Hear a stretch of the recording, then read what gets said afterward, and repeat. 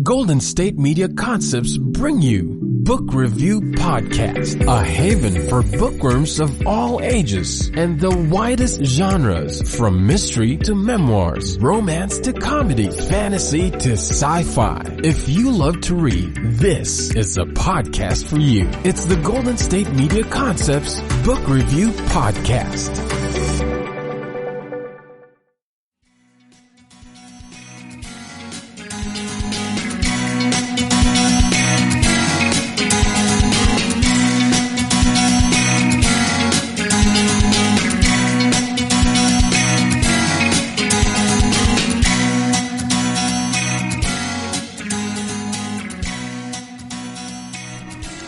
Hello and welcome to the GSMC Book Review Podcast, brought to you by the GSMC Podcast Network. I am your host, Sarah. I am delighted, as always, to be with you on this beautiful Tuesday. It's windy here today, but it is beautiful. The sun is shining. I cannot complain about that. We added stairs into our walks with the dogs. So we live in a village that has lots and lots of hills, some pretty steep hills, and they come up from the beach, and so our walk is uphill, downhill, uphill, downhill. We've created this walk that gives us, a good bit of cardio, and there are stairs down to one of our favorite little tiny beaches, Praia do Paraíso, which is Paradise Beach, and these stairs, oh man, last summer they killed me. I'm in much better shape. I should count and tell you how many stairs there are. I don't know if you care how many stairs there are, since I talk about weather and walks with you at the beginning of each episode, but hey, I'm middle-aged, okay? This is what I talk about. But the stairs are definitely giving us a different element to our walks, and my thighs are, my rear end too, I'm feeling it, so that's good. Adds a bit more of a different element to our walks. Anyway, I was really just telling you that it's a beautiful day. It's windy, but the sun is shining, and I am happy about that. I hope your Tuesday is going well, whatever your weather or your walks or your stairs. I hope it's going well.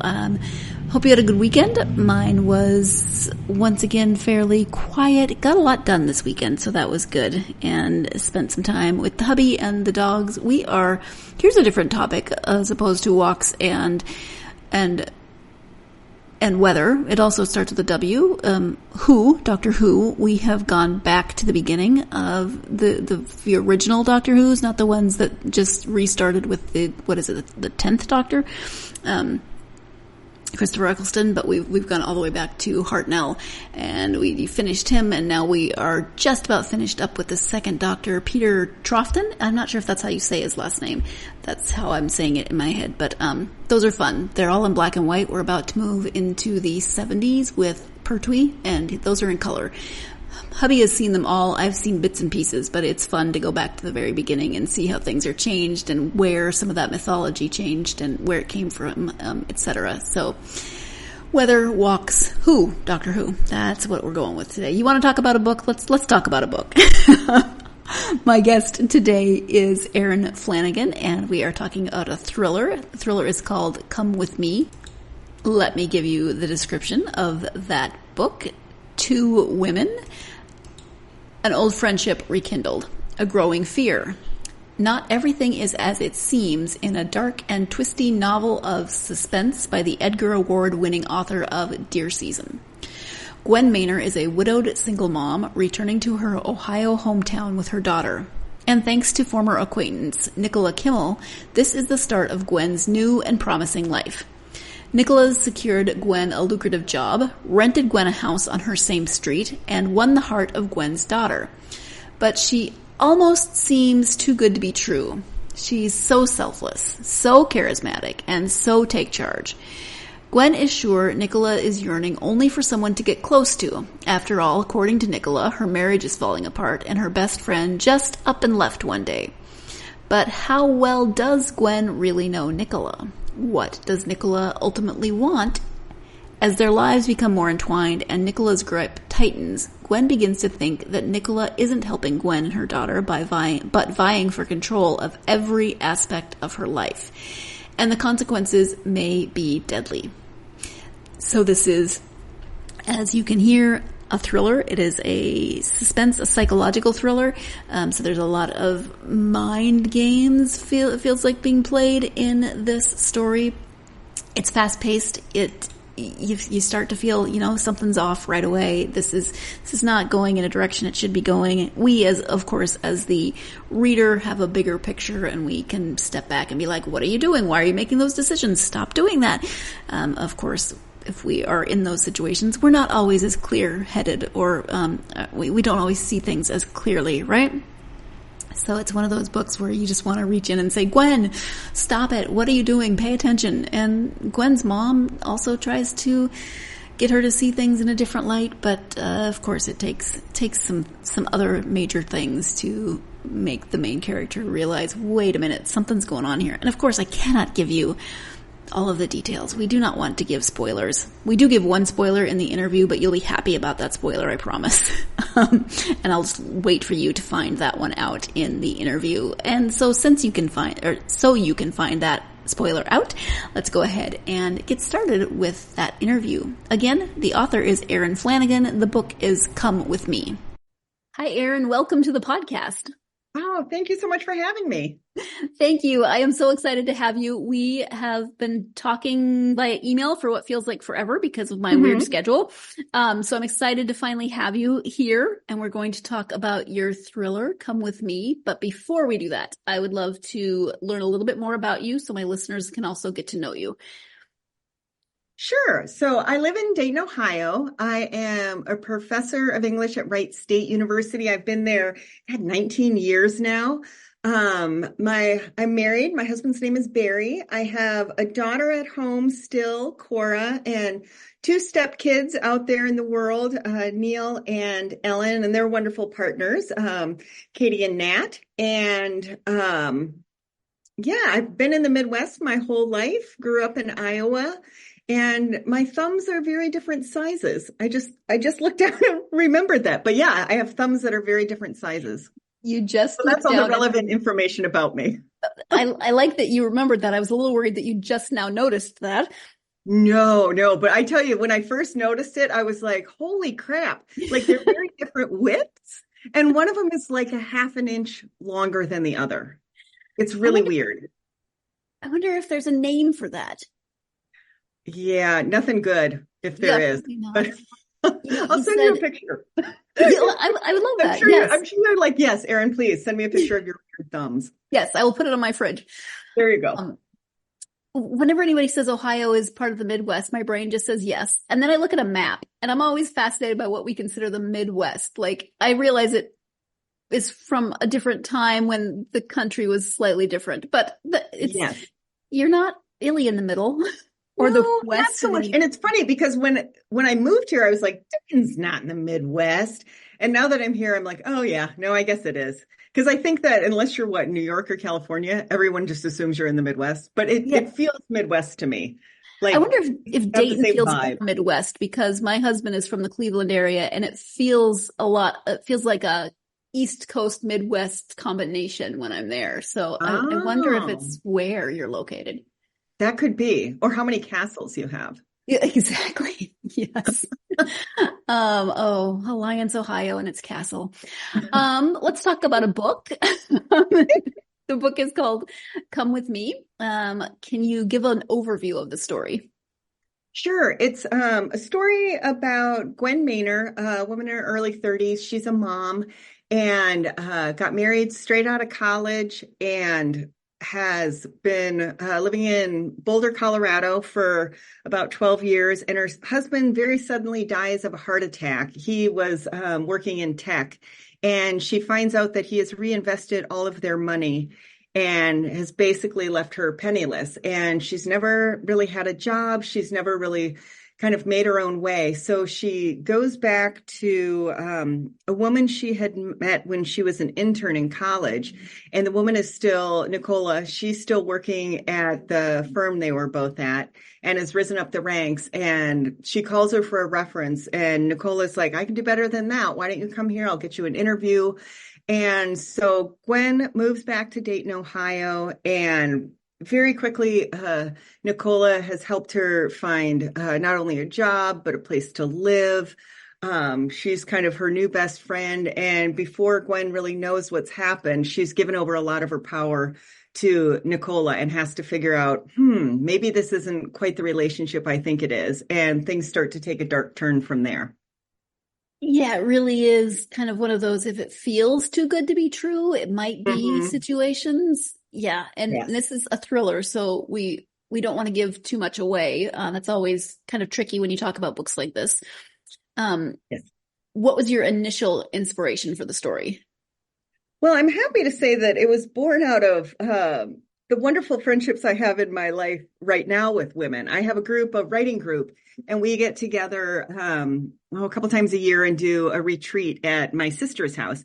And shout out to the Hanson House Writing Retreat. And we were there, and it was bad luck that we were meeting on a Friday, and that Thursday night I had received word that my latest idea for a novel was not going to be a go. And that's what I had planned on working at this retreat. And all of a sudden I'm like, I have no idea. I have nothing. So I just showed up and was like, I don't know what to do. And these women were so amazing. They're like, you've got this. You're going to come up with something. It's going to be so great.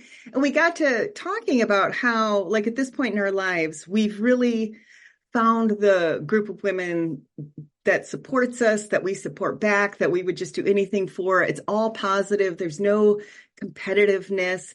And that led us to talking about friendships we'd had when we were younger, like in our 20s and 30s, that there had been that competitive edge, that it didn't feel supportive and safe and what everything you really want in a friendship. And when we got to talking about it, one of them turned to me, Katrina Kittle, and said, I think this might be your next book.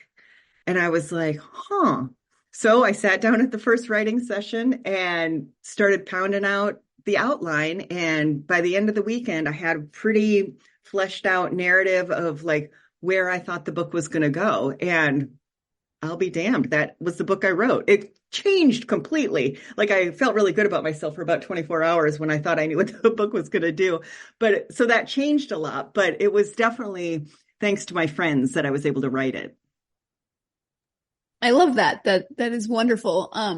And yeah, I think back to my 20s, and I have nieces who range in age from 13 to almost 27 in just a few days. And yeah, while I miss parts of that time period, there's that competitiveness I do not miss. That kind of, and when I talk to people of that age, I think, it feels exhausting. Oh, so exhausting. I just rewatched that show Girls with Lena Dunham not too long ago. And there's this great line where she's like at the gynecologist and telling the doctor like, oh, this happens, this happened, this happened. And the doctor says, you couldn't pay me to be back in my 20s. And she said, and Lena Dunham says, well, they're not paying me at all. And I just think, it is. It's like just such a fraught time, and everyone's trying to figure out who they are, and like friendships are they're just layered in this way that I think that when you get past some of the BS later in life, it doesn't feel that way anymore. Put a pin in that comment. When you get past that, it doesn't feel that BS in life. It doesn't feel like that anymore, because we're going to come back to this conversation. But first, we're going to take the first break of this episode. And again, when we come back, we will be talking a little bit more about this time period and our experiences of it. Stay tuned. You're listening to the GSMC Book Review Podcast, and I'll be right back.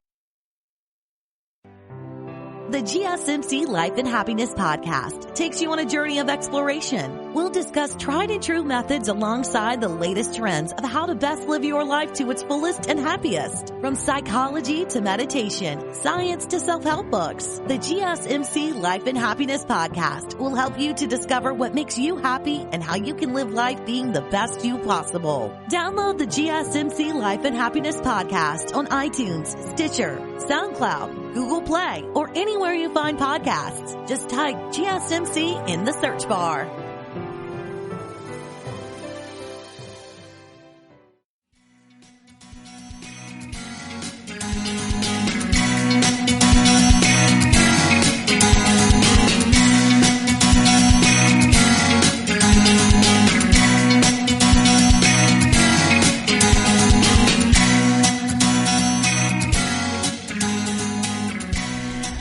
Welcome back to the GSMC Book Review Podcast. I am speaking today with Erin Flanagan about her thriller, Come With Me. Before the break, we were talking a bit about those college years, figuring out who you are. For Erin and me, that happened to be in the 90s, so maybe a different experience than whatever decade you went to college in, or maybe a similar experience, but just wanted to refresh your memory because we were picking back up with that conversation, figuring out who you are within that context of a college experience. Let's get back to the conversation. Yeah, but trying to figure out who you are, and especially if, like for me, when I was in school and I was surrounded by these women who just, they were angry and they had righteous justice and they were right. They felt like they were right about many, many things. And I thought, wow, I don't have that. I know. It's such a crazy time. Like it's this mix of like absolute assuredness and such a lack of confidence. Like I don't understand how those things can go together. But I would be so sure of some things and other things I'd be like, I don't even know how to make soup. Like I didn't know anything. You know what I mean? Yeah. It's a quintessential oxymoron. Mm-hmm. Yeah. But okay, so that was the inspiration. The book, most of the book is told from Gwen's perspective, but at the beginning we get a little bit of Nicola's perspective and then some flashbacks. So can you talk a little bit about writing from different points of view and those different timelines? Were there challenges to that, or how did that come about?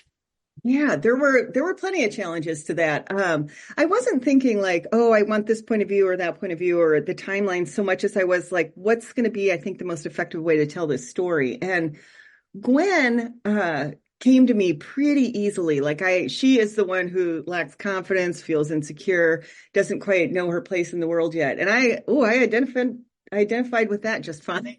And so I felt like I knew her. But then I really wanted Nicola to be complicated and not just this mean lady who wants to screw with someone else. Like I wanted to kind of understand her more, but I couldn't crack her for the longest time. So when I first started writing the book, I had mainly Gwen's point of view and I had some of Nicola in there, and it would be a scene with like from Gwen's point of view and then the same scene kind of told from Nicola's point of view. And I'm like, well, I'm just rehashing the same thing, but I wrote the whole way through with that. And then I started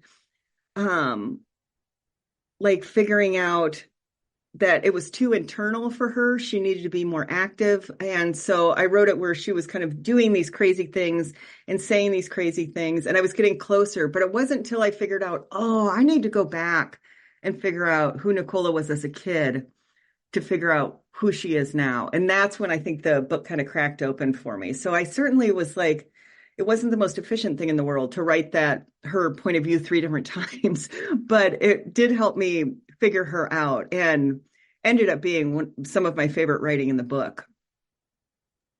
Yeah, I bet you had a really good handle on who she was as a character by that point. Yes. Yeah, I was. It took a long time, but it felt like a gift then when she finally kind of let me in. Sounds a little woo, but that's how I felt about it. Yeah.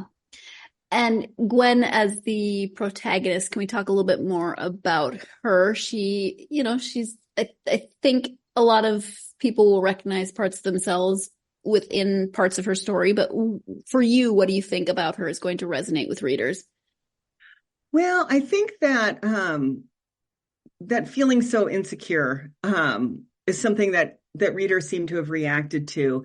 And one thing I was really concerned about her is she does lack confidence, but she's not dumb. And I was really worried about her coming off as dumb. Like, how do you get hoodwinked into this kind of a relationship? And that was one of the things I wanted to explore too. Like, how had I gotten hoodwinked into some of these relationships? And I think readers really have gotten her. They don't think she's dumb. They see it coming, in a way you can't when you're inside of a relationship that's turning sour. And I think that they felt really kind of protective of her in the story, which I really like. I'm glad that readers have responded that way. Well, I think part of that has to do with her husband, we don't know a lot about him because he dies very early on in the book, but he's not a terrible person. He makes choices that aren't great, but you don't paint him as this just like abusive, gaslighting individual. He's flawed. So I think that helps for us to see how Gwen got herself where she did, didn't see what was coming. Yeah. And I really I don't love the idea of like straight up villains. Like I wanted her husband to be, a good guy who just maybe doesn't, let her find herself as much as he should and shouldn't keep secrets from her. And that's one of the things I think she has to kind of reconcile within the course of the book. I also really wanted her mom to be a decent mom who's doing her best, but that doesn't mean she's doing everything great by her kid or by herself or any of that. And I've heard from quite a few readers that they really like Gwen's mom, that she seems complicated in a way that they appreciate. So that's made me very happy. And she's also very Midwestern. She's a good Midwestern mom. God, if there's one thing I love, it's a Midwestern mom. Oh yeah. Well, and that there was one scene with Gwen and her husband where he surprises her with a trip that made me so vastly uncomfortable. I just wanted to get out of that car and be like, no, I don't want you to surprise me with a trip I knew nothing about and you packed for me? It's my worst nightmare. Like my husband knows, like, do not surprise me. That will not go well. Even if he's like, oh, we should maybe go out for dinner tonight when I had not planned on that. He'll come early in the day and be like, I'm just going to tell you now, thinking we should maybe go out for dinner. I'm going to let you sit with that for a little bit, and then I'll come back and see how you feel about it. Like I cannot do surprises. But also, like, how do you not come off like a jerk being like, how dare you take me on a trip? Right. But I think my main thing was, you packed for me? No. Oh, they got the wrong underwear. They got the wrong swimsuit. Yeah. Or they didn't think about the day-to-day anything that I need in life, from contact solution to friend. Yeah. You talked a little bit about how Nicola's character evolved, but when you write in general, and you're thinking about characters, how much of a sense of each character do you tend to have before you start writing, and how much do you like to have evolve as you write? I really do most of my thinking on the page. Like I have to write a lot, and throw away a lot, because for whatever reason, I cannot stand thinking about it. Like there's something so like inactive about that. Like I have a hard time thinking about the characters and letting them come to me and then writing. I just have to write and figure it out as I go, which seems super inefficient, like not loving this process, but it seems to be the best way I've been able to do it. Like I said, this was the first book where, or I don't think I said that part, but this was a book that I pitched before I wrote it. And so I had the contract before I had the book. And that was really kind of hard for me because I had to like build up the book without having written any of it. And I'm like, that's so foreign to me. So I did it, and then kept like contacting my editor and being like, no, things are changing. Is that okay? Things are changing. And she's like, that's fine. But like it ended up not being quite the book I thought it was going to be. I liked it more, but it was hard for me to do that because I just want to get to know people by hanging out with them. Mm-hmm. So are you more of a plotter or a pantser? I mean, you said you had an outline from that writer's retreat, but is that the way you normally do a book?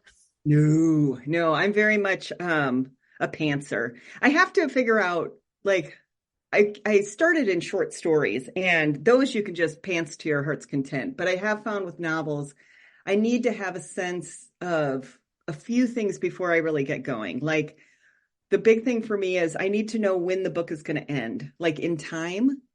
I need to know, like, it's going to take a season, or it's going to take a week or something along that line. And then I have a sense of like how my pacing goes. I don't know what's going to happen, but I know when it's going to happen. And that is about all I really need to get going. And then I just kind of find my way. But as soon as I start writing, I start the outline. So I can see like more systematically what I've done, and that'll help me figure out where I'm going. What are the challenges of writing a full-length novel as opposed to a short story? I think it's that you're in the dark for so long. Like a short story for me, I would have a sense, within, 5,000 words, if it was going to work or not. And I can get 80,000 into a novel and be like, I'll be damned. I don't know if this is going to come together. And that's really scary in a way. It's kind of like having, a one night stand versus a marriage. Like it's satisfying in a deeper way when I can land a novel, but it's certainly not sexy, So I'm like, I still struggle with that. Like I'm working now on a novel and I'm in my second revision and I'm like, I'm sure it's going to hold together now. But there were months of not knowing, whether or not it was going to work.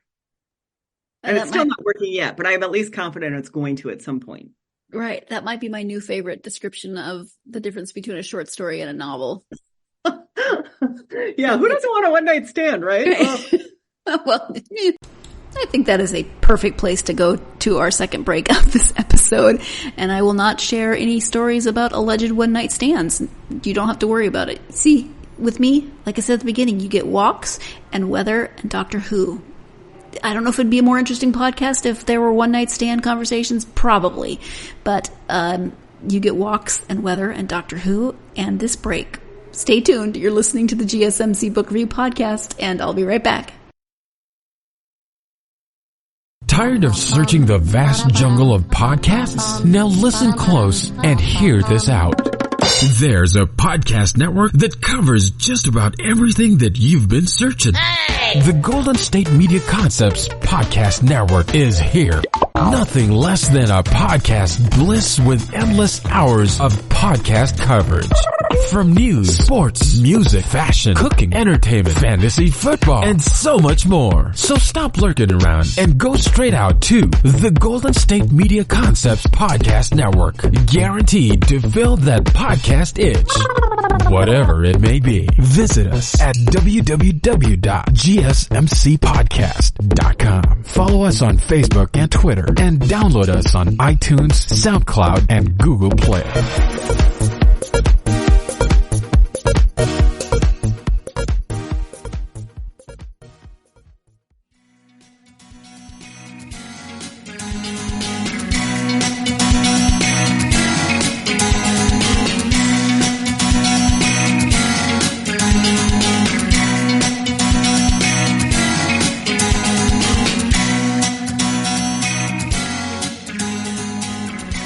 Welcome back to the GSMC Book Review Podcast. Before the break, we were talking about short stories as one-night stands and novels as longer-term relationships, but we've moved on now.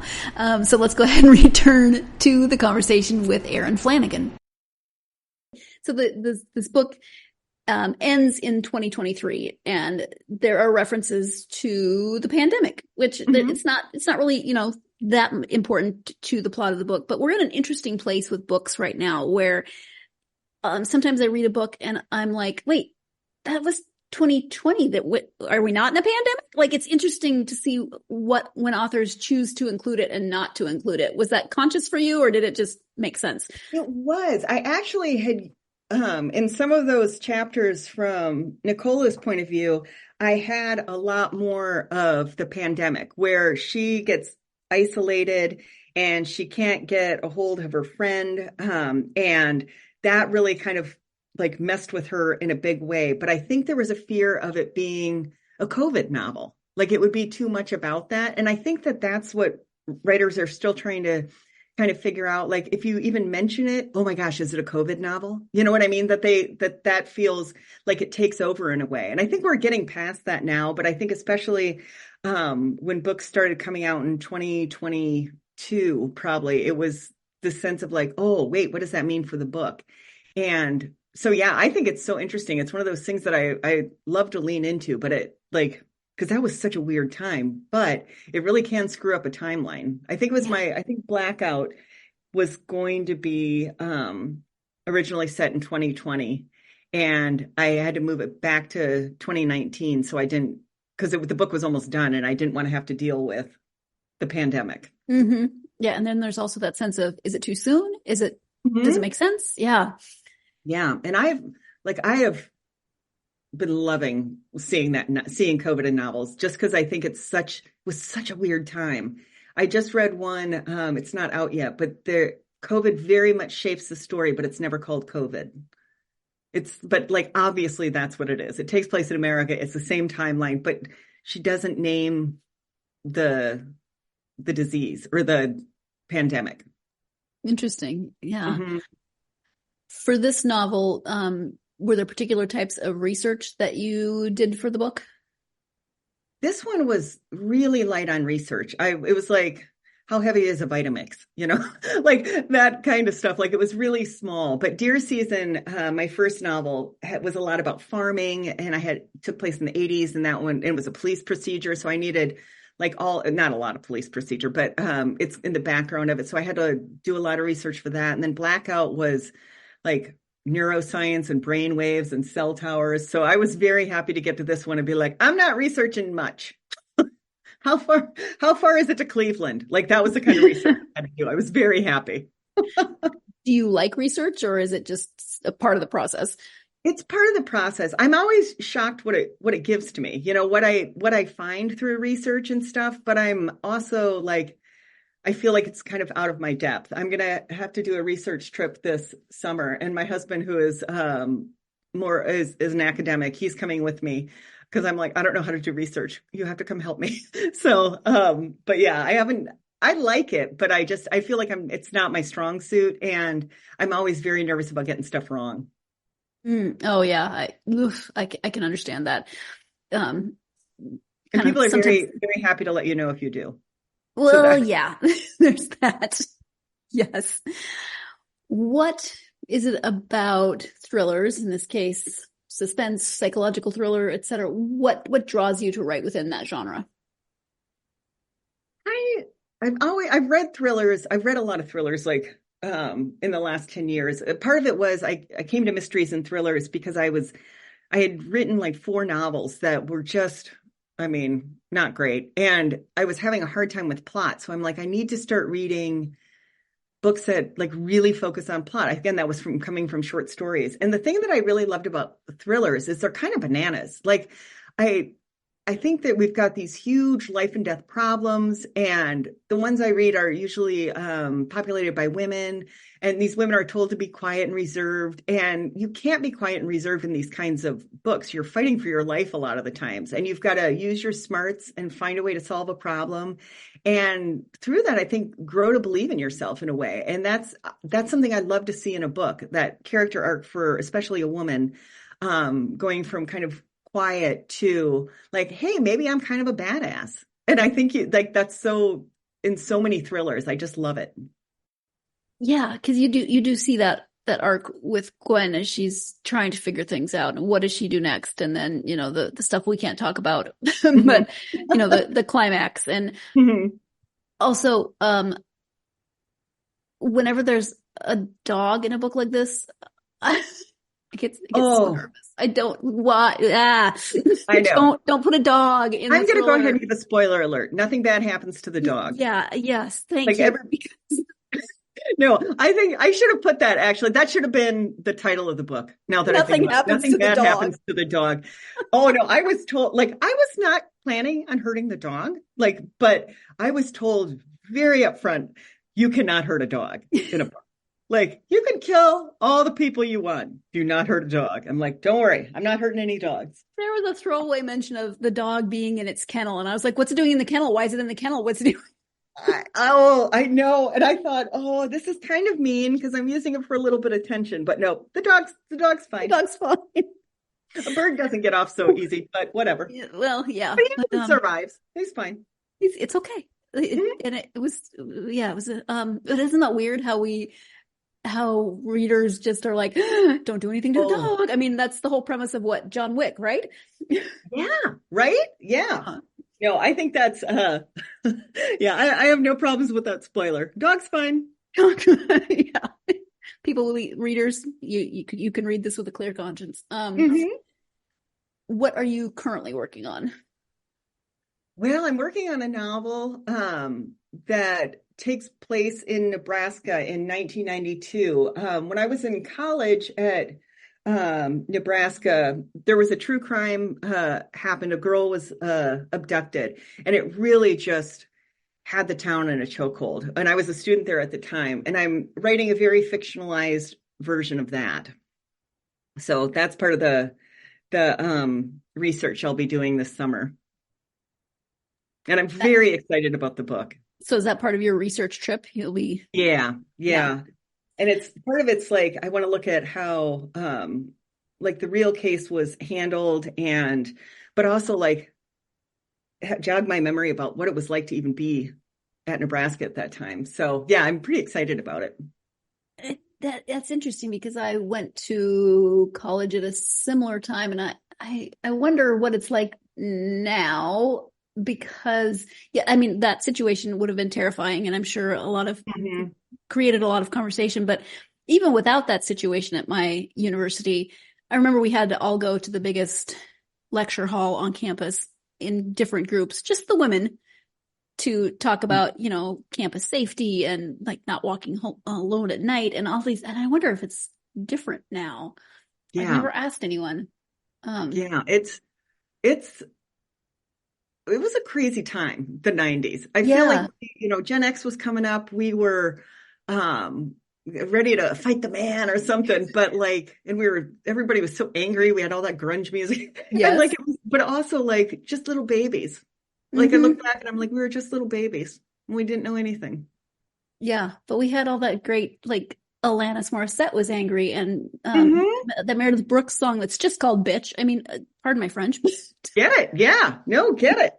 Yeah. And that's been fun too. Like listening to music from that time and remembering all of that, like coming together. Yeah. It was just such an odd time. Like, I feel like it was this step forward as far as like, for women, but at the same time, wow, I look back on some of the stuff that was going on college campuses, and I'm like, that is not okay. Like all the sexual assault, I'll just say, like it was pretty like much just part of the culture.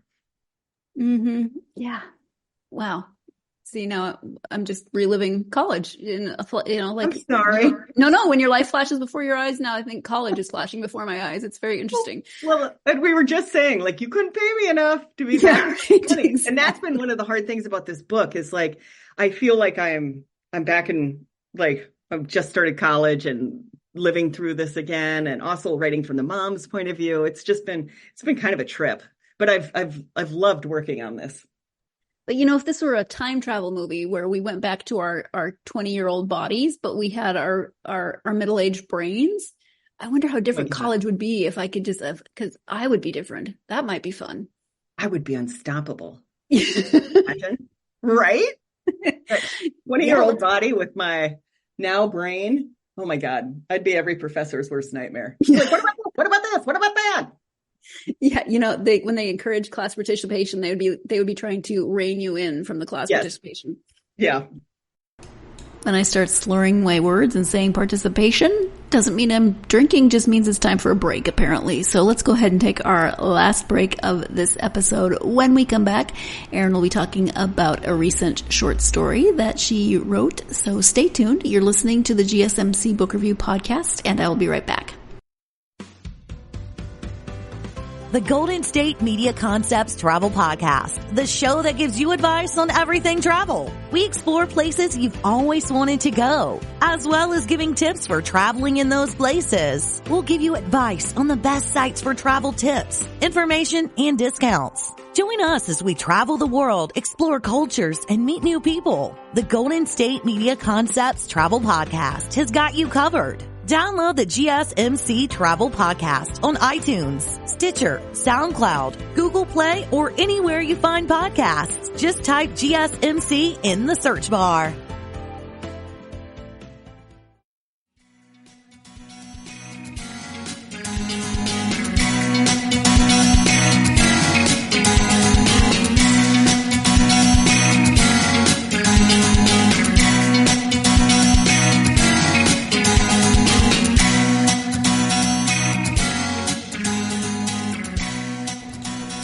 Welcome back to the GSMC Book Review Podcast and the conclusion of my interview with author Erin Flanagan.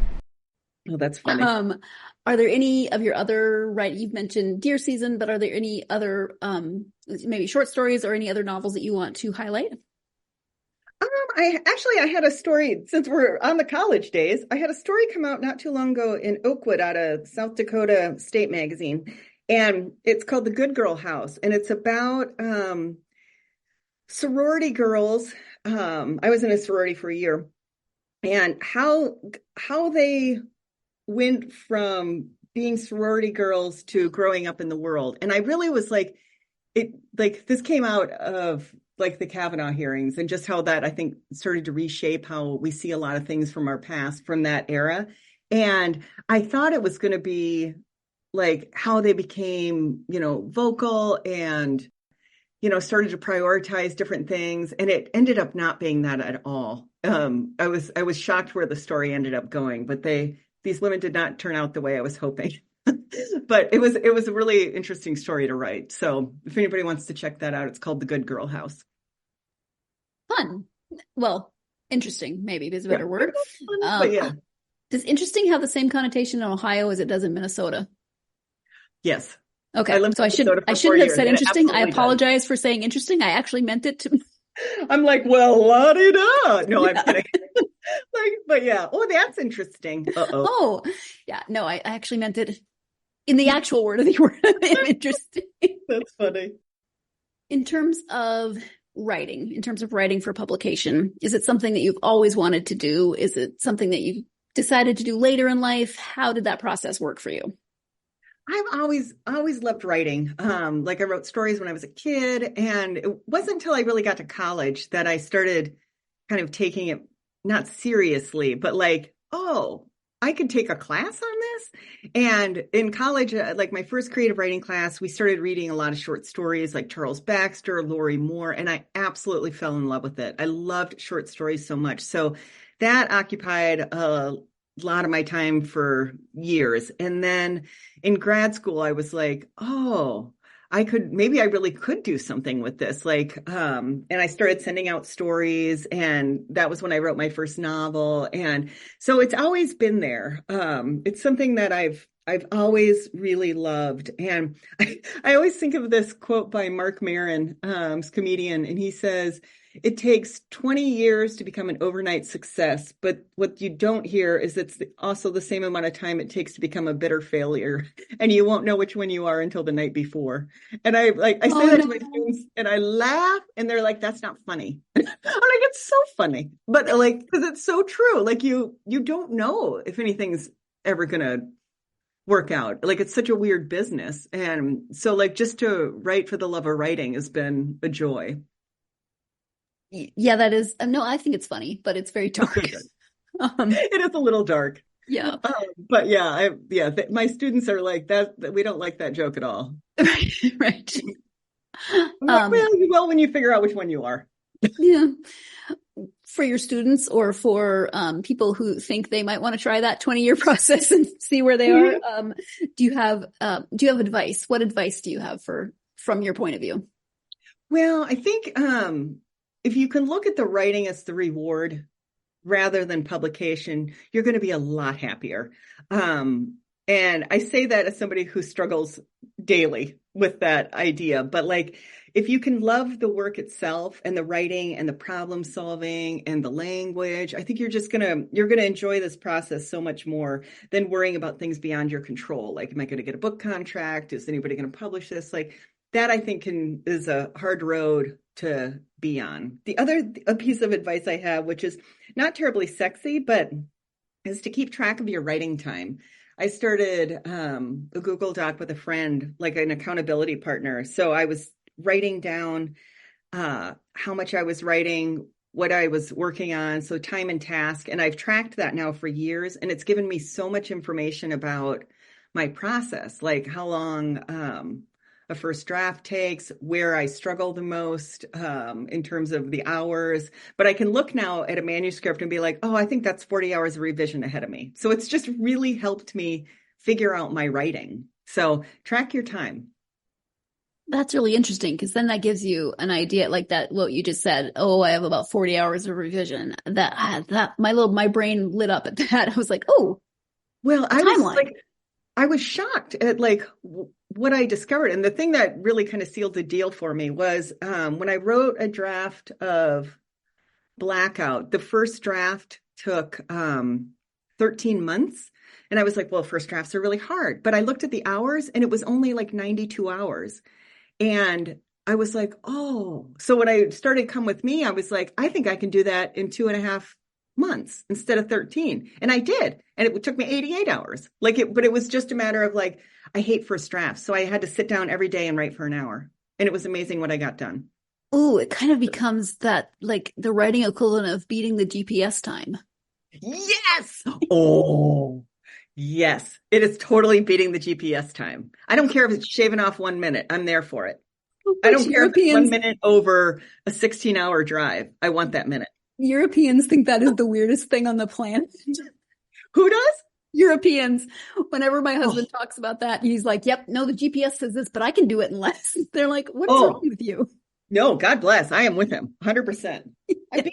Every trip is like, I want to make my best time. Every day I drive to work. I want to make my best time. Live your best life, make your best time. Mm-hmm. Yes. We have had a couple of email conversations that have led me to believe that maybe you, like I, have a bit of struggle with imposter syndrome. Holy crap, yes. What would you say either to your students or somebody who wants to write, or even your 20-year-old self about imposter syndrome? Nobody knows what the F they're doing. I really think that's kind of true. And I also it's funny because I'm teaching this class this semester for the first time at Wright State. 19 years. I've never taught the introduction to comp before.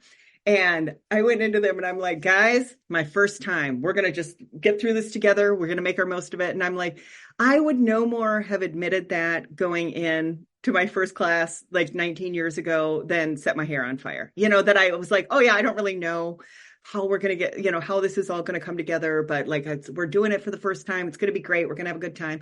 But so I think being able to just admit that has helped a lot. I don't know what I'm doing. Nobody knows what they're doing. But then again, I also struggle desperately now because I'm like, oh, they all know I don't know what I'm doing. And I make it apparent every day. Yeah. But that had to have been a little freeing. Mm-hmm. Yeah. Yeah. And I was like, I don't know everything. Imagine that. But I felt like I used to feel like I was supposed to. Yeah. Which I understand that. When it comes to reading, just for you, favorite authors and genres? Ooh, two favorite authors, Curtis Sittenfeld and Elizabeth McCracken. I think they've had such interesting careers because all their books are pretty different from each other, and they just seem to be writing whatever the heck they want to write. And it's like the thing that their books have in common is they're all awesome. But I love them. For mysteries and thrillers, Laura Lippman, Kelly Garrett, Lauren Bucas.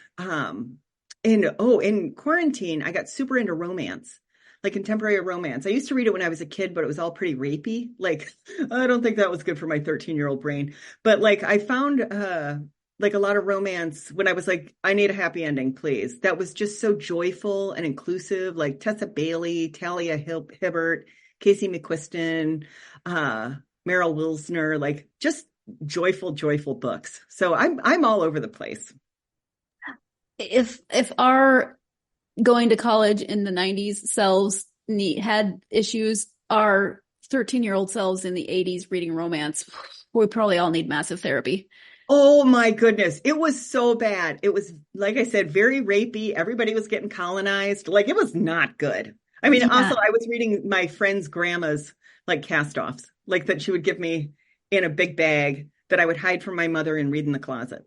Yeah. I think I'm still unpacking and trying to undo the things I learned about relationships.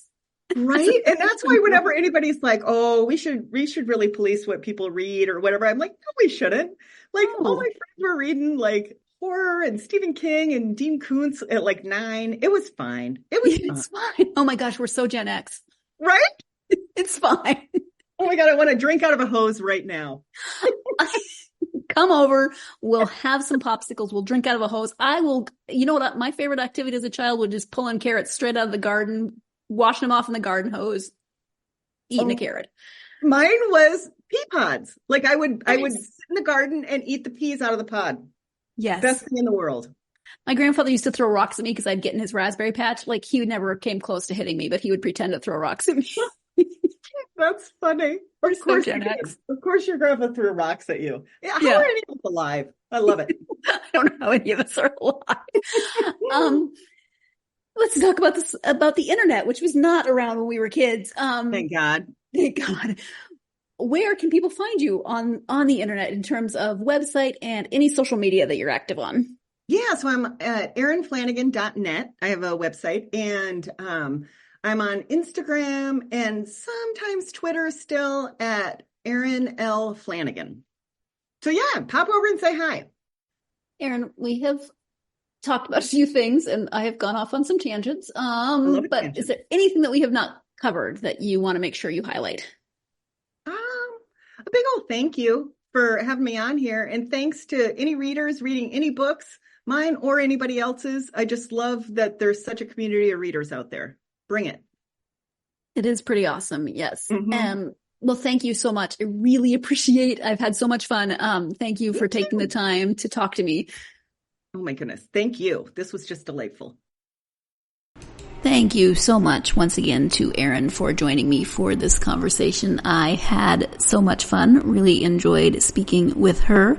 And if you are a fan of psychological thrillers, of thrillers that are, they get your heart racing, but they're not like graphic or intense in that way that some thrillers can be, and that's a niche, just not for everyone, then you should definitely check out Come With Me, because it will get your heart pumping. But as we said, nothing happens to the dog. So it's okay. It's okay. And, it's a good thriller if you're a wimp like me. Is that a backhanded compliment? I don't mean it as a backhanded compliment. I have grown to really appreciate thrillers from doing this podcast and speaking to authors and reading more thrillers than I ever have in the past. I'm still not a fan of the really violent, gory ones, but a psychological, suspenseful thriller I have a new appreciation for. So please don't take that as a backhanded compliment. I meant it in the best possible light. So thank you again to Erin for joining me, and thank you as always to you, the listeners, for joining me. And again, if you are interested in checking this out, you definitely should. Or if you know somebody in your life that you are looking to buy a book gift for and they love thrillers, you should look into Come With Me. And of course, you can check out some of her other books, other writings as well. She does have that short story, some short stories that we were talking about, etc. So definitely go check those out. In the meantime, you can help this podcast out in a couple of different ways. Following on social media is great. Facebook, X, Instagram, and TikTok. Find the podcast, find me by extension, and let me know what you've been reading, what you want to read, what's on your TBR. Did you hit your February reading goals? Do you make monthly reading goals? Do you make yearly reading goals? I love all the tea. Let me know. I am nosy. You can also like, subscribe, follow, and leave a review on whatever platform you listen to this podcast on. That is incredibly helpful in getting the podcast out to others. A positive review is wonderful. Thank you in advance for doing that. If you've already left a review, thank you. I am greatly appreciative. I hope you will join me for the next episode. I will be speaking to Cindy Fazzi about her novel Multo. It is the first in a series, at least two, could be a series, but at least 2 books about a Filipino bounty hunter, bond enforcement agent named Domingo. So join me for that conversation. There's a lot of other issues in this story as well, with immigration, illegal and not, and culture assimilation, etc. So join me for that conversation. That episode will be on Friday. Have 2 episodes for you this week. In the meantime, I hope your week is off to a great start. Go for a walk, enjoy the weather, maybe watch some Doctor Who. But whatever you do, and this does not start with a W, but I hope that your week involves plenty of time to get yourself lost in a good book. Thank you so much. You've been listening to the Golden State Media Concepts Book Review Podcast, part of the Golden State Media Concepts Podcast Network. You can find this show and others like it at www.GSMC GSMCpodcast.com. Download our podcast on iTunes, Stitcher, SoundCloud, and Google Play. Just type in GSMC to find all the shows from the Golden State Media Concepts Podcast Network. From movies to music, from sports to entertainment, and even weird news. You can also follow us on Twitter and on Facebook. Thank you, and we hope you have enjoyed today's program.